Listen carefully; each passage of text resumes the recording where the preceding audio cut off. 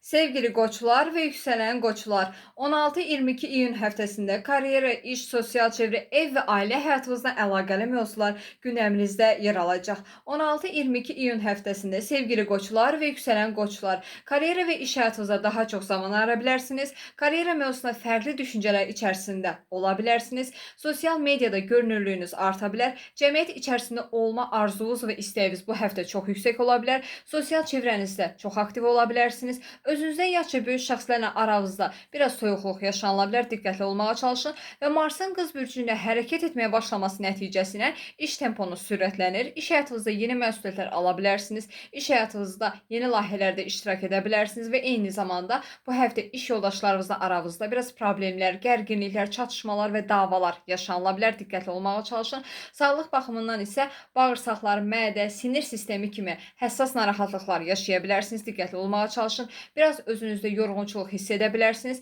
və Yupiterlə Neptun arasında 90 dərəcəlik kare açı aktiv olacağı üçün ev və ailə ilə əlaqəli mövzular gündəminizdə yer alacaq. Evinizi dəyişdirə bilərsiniz, yeni bir ev ala bilərsiniz, yeni bir evə köçə bilərsiniz.